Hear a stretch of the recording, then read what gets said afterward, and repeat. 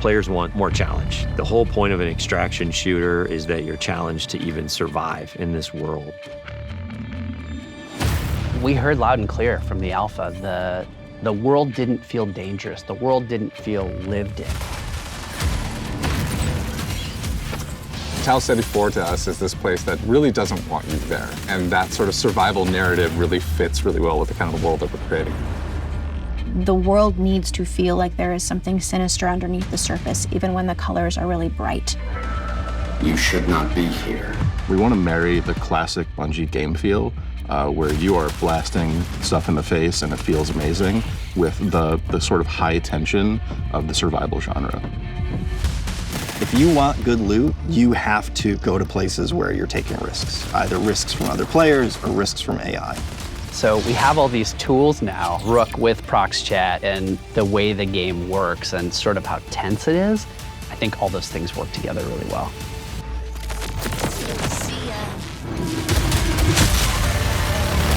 You have another Rook. Come on, stop that. No. Sorry.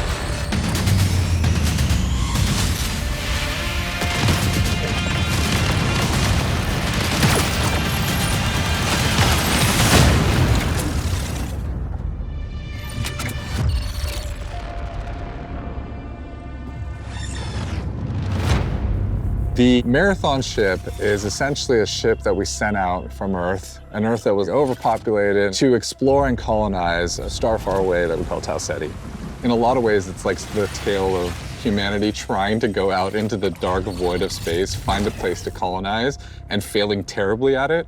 Everyone's gone, something catastrophic happened, and it's not just their absence that's important, it's the things that they left behind. The modern race to Tau Ceti all started when a mysterious signal came through the galaxy. The turmoil that sort of ensues gives rise to all these corporations that were invested in this Marathon project, now going, what happened? How do we recoup our investment? And then layered on top of that is the greed and corruption of all of the different factions and corporations and revolutionary groups.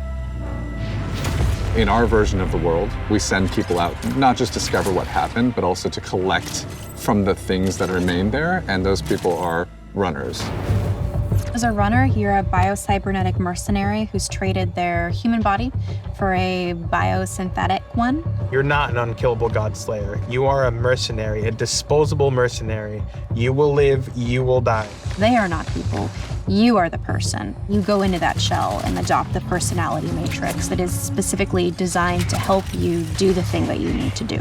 And you've been hired by these factions to come to Tau Ceti to scavenge it for anything that might be of value. As a runner, you've left your body behind. You've traveled light years so that you can have access to the ultimate payday. With extraction shooters, it is all about survival. There are other people who want the same things that you want, and it's up to you to best them. But there's quiet periods where you're listening for the anticipation of something. Could there be another crew in the distance? Did I just hear a gunshot? Did I hear AI just alert?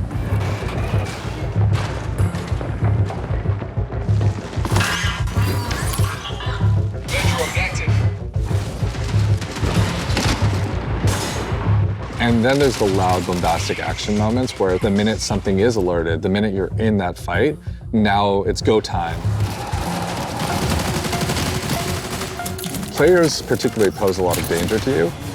They can make a lot of decisions that you might find illogical and completely trick you into scenarios. Sometimes the best loot box is another player that you see along the run. So there's a few different ways you can play the game. So one of them is you can play in crew, both with your friends and also through crew fill, which will just match you with 2 other players. You can play solo, and you'll jump into a game with a bunch of other solo players. In solo, I think the stakes are a bit higher, right? You have only yourself to rely on. You still have prox chat, so you can call out to other solos, but you are playing a tense alliance game where it's really up to them whether or not they decide to honor or respect that alliance you might have created. It's all about figuring out what's your investment, what's your stake, when to get in, when to get out, and when to kill the other guy. Being good at Marathon is like playing poker with guns.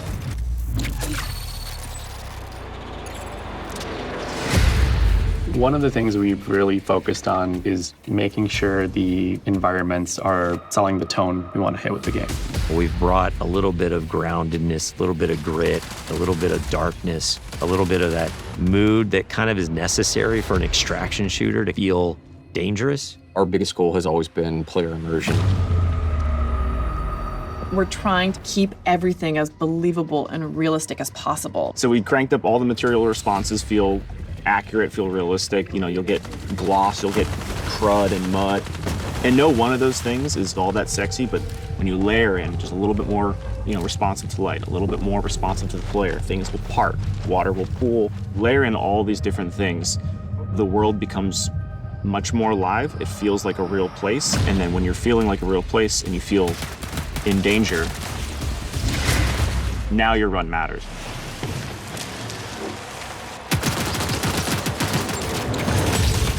I look back at some of the alpha shots, and it's kind of hard to tell when it's sunny or when it's rainy. Weather feels like weather now. But like when it's sunny, you get this really nice like bleaching effect. It feels bright. It feels like warm when it's sunny now.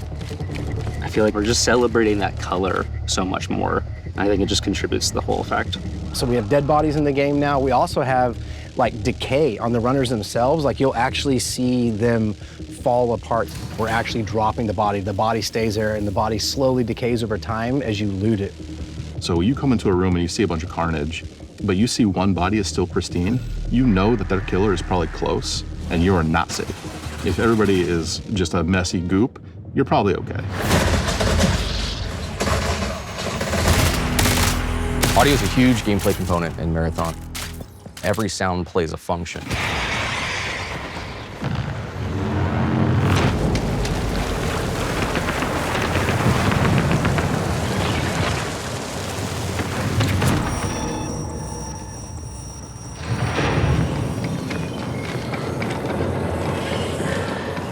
Footsteps tell players everything.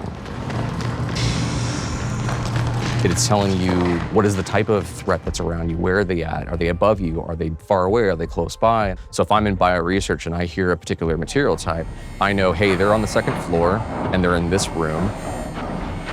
Our hero is the world. So we're constantly trying to figure out where can music help reinforce what is the vibe and intent of this place.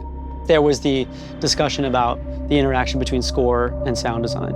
And I wanted to create a score that wasn't just like full of instruments you've heard before. The job was, how can I make what I'm seeing, this race to survival, even more nervous and even more terrifying or even more thrilling?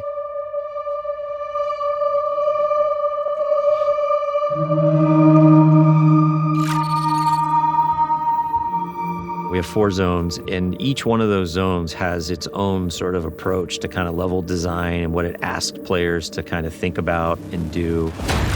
You're going to start with perimeter. You're kind of on the outskirts of the colony. It's a little more spread out. You got a little bit more areas to be safe and to sneak around, but it's also a little more straightforward. It really brings this sense of scale. It sits like in our fantasy as expansion site for the colony on the very edges of where they had settled on Tau Ceti. UESC are also there trying to understand what has happened and secure the area. Death is a part of Marathon. It happens a lot, even on perimeter, which we talk about as a more friendly zone to new runners. You are still gonna die a lot. Attention, unauthorized runner. You are trespassing in a military security zone.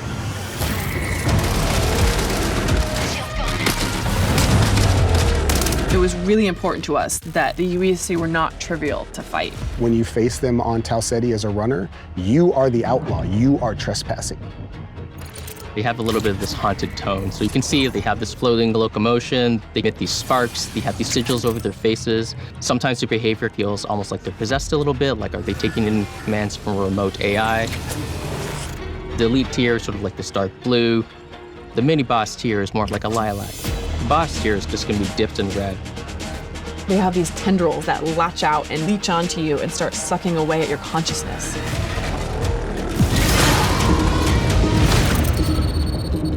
you're getting into marsh, you're starting to understand something bad happened here, and you're seeing signs of that in a way that wasn't apparent on perimeter.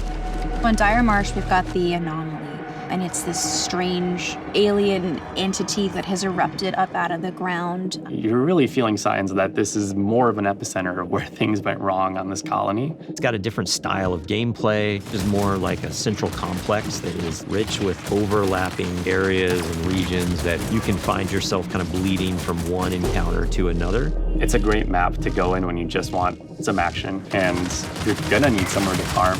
Each map has different weather systems, it has different dynamic events that can happen, and your approach to them is never going to be consistent. One of the needs that the design team thought that we should have is more challenging PvE activities. Each of our zones has these bigger events that don't happen every session, but when they do happen, you'll know they're happening.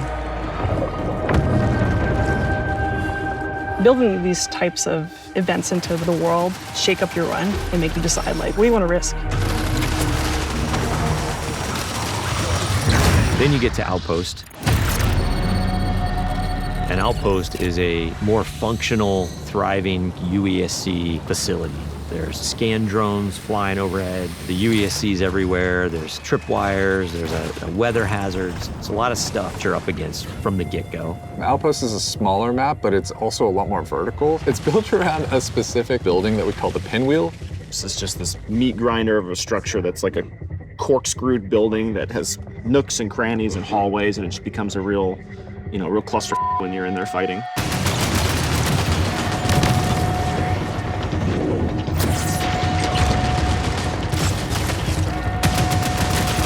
The floor is raised on Outpost and nothing is free.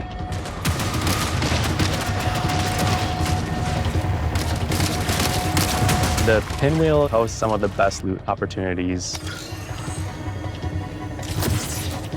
But it's noisy, players are gonna know you're doing it, so there's extra risks.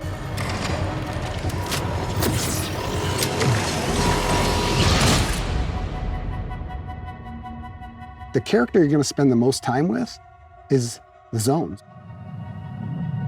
Understanding each personality of every zone. That's the storytelling every player gets. Every time you're on the planet, you can look up and see the ship floating and looming in the skybox, reminding you of why this place even exists, but also reminding you that something up happened here, and you got to figure out what it was.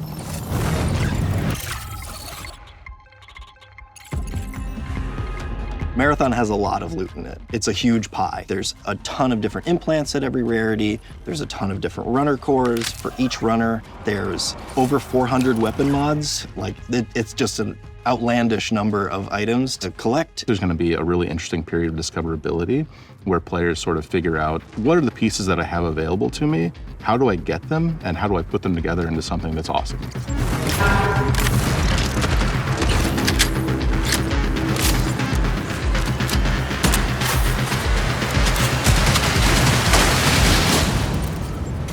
You can go through and look at how many iconic weapons have come from Bungie. And it's something that we really want to hold up and make sure that we're matching that legacy.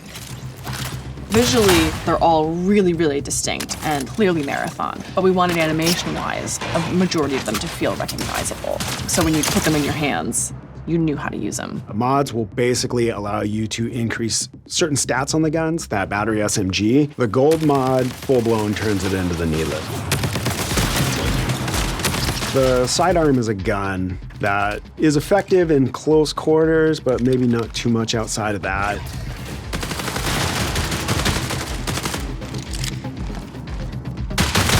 But the gold mod on this gun puts a suppressor on it, and then when I kill something with this gun, I turn invisible.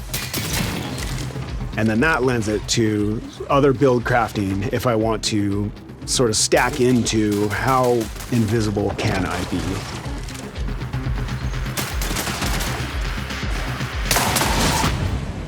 Even some weapon mods can improve stats and your runner shell's capabilities. So there's lots of different ways to raise the floor of your stats so that you're coming into each run strong.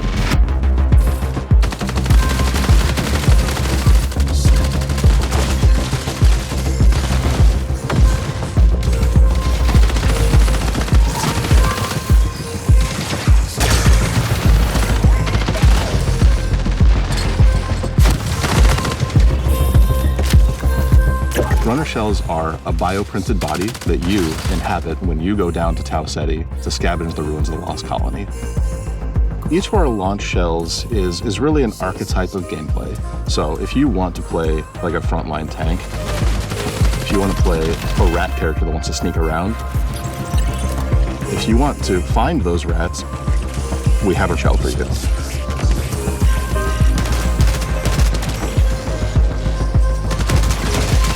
The idea there is like, have a broad spectrum that everyone can kind of find a little bit of a home to, and then we're gonna build on top of that. Cores and implants mold the kit into a playstyle that you want.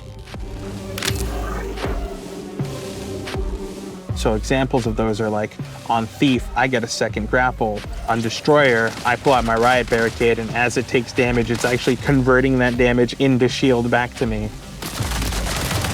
And these can be used in combination with each other to shift the gameplay style of your runner kit. At any point you feel like you don't want to risk anything, or maybe you're down on your luck and you want the opportunity to get back, Rook's your guy.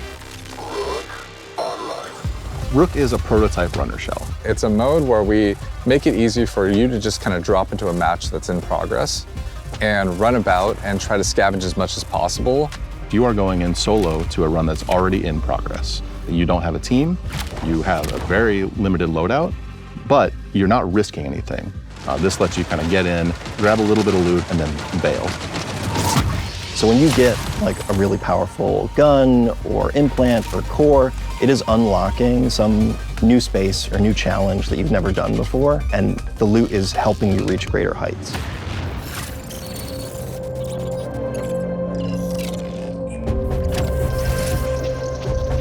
Faction agents are such a big vehicle for tone and narrative for the world. Each faction has their own motivations, their own desires, the things they're going to ask you to do. We've got Traxxas. They're the most powerful corporation in human history. They have very long arms and very deep pockets to kind of get what they want. So they might ask you to go and find specific weapons or mods. Congratulations, runner. Your last performance evaluation was rated on track. If you're a PvP player, one of the factions is called Arachne. They're essentially a death cult. What that translates to is that they're asking you to go and kill other runners. The sacred thermodynamics of violence. Mida is all about destruction. They are going to give you grenades, they're going to give you claymores, they're going to let you blow the place up.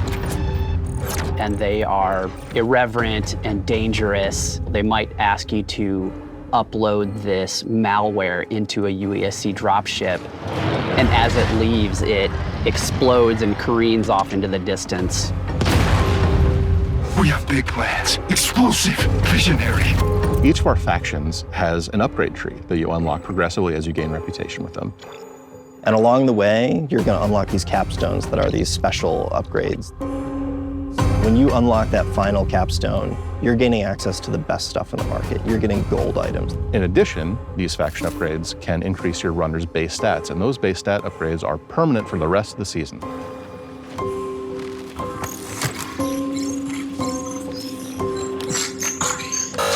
Access denied. Darius, you know me. Did you miss your last round of maintenance? Don't search. Don't dig. Don't question. Darius? Access denied. Hey, Access it's denied. okay. It's just me.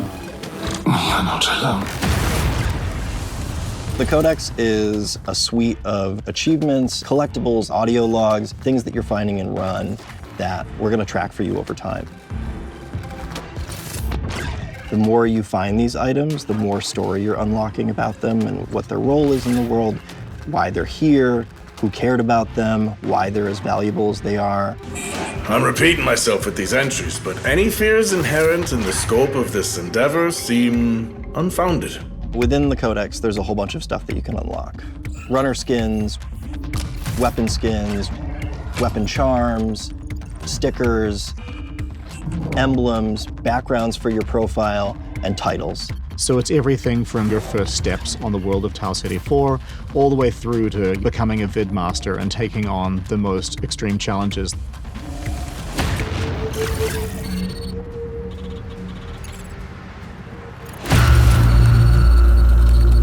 The marathon ship is the hardest place to survive in this game.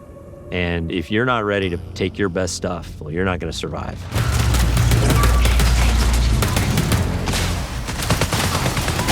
It's like a heist for a runner. Cryo Archive is big in and of itself, but it's also cold. It's also hostile. It's gonna test every aspect of the survival game. Probably gonna be forced to run to players in ways you haven't been on other maps. You're gonna run into basically every type of environmental threat you have faced before. You're gonna fight a who's who of the highest tier UESC units, and the UESC are there in this presence you haven't seen before.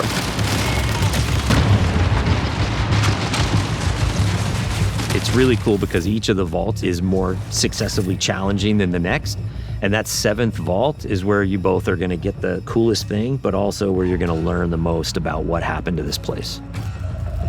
At some point in your journey in Cryo Archive, you might start wondering if the UESC are there to keep you out or if they're actually there to keep something else in.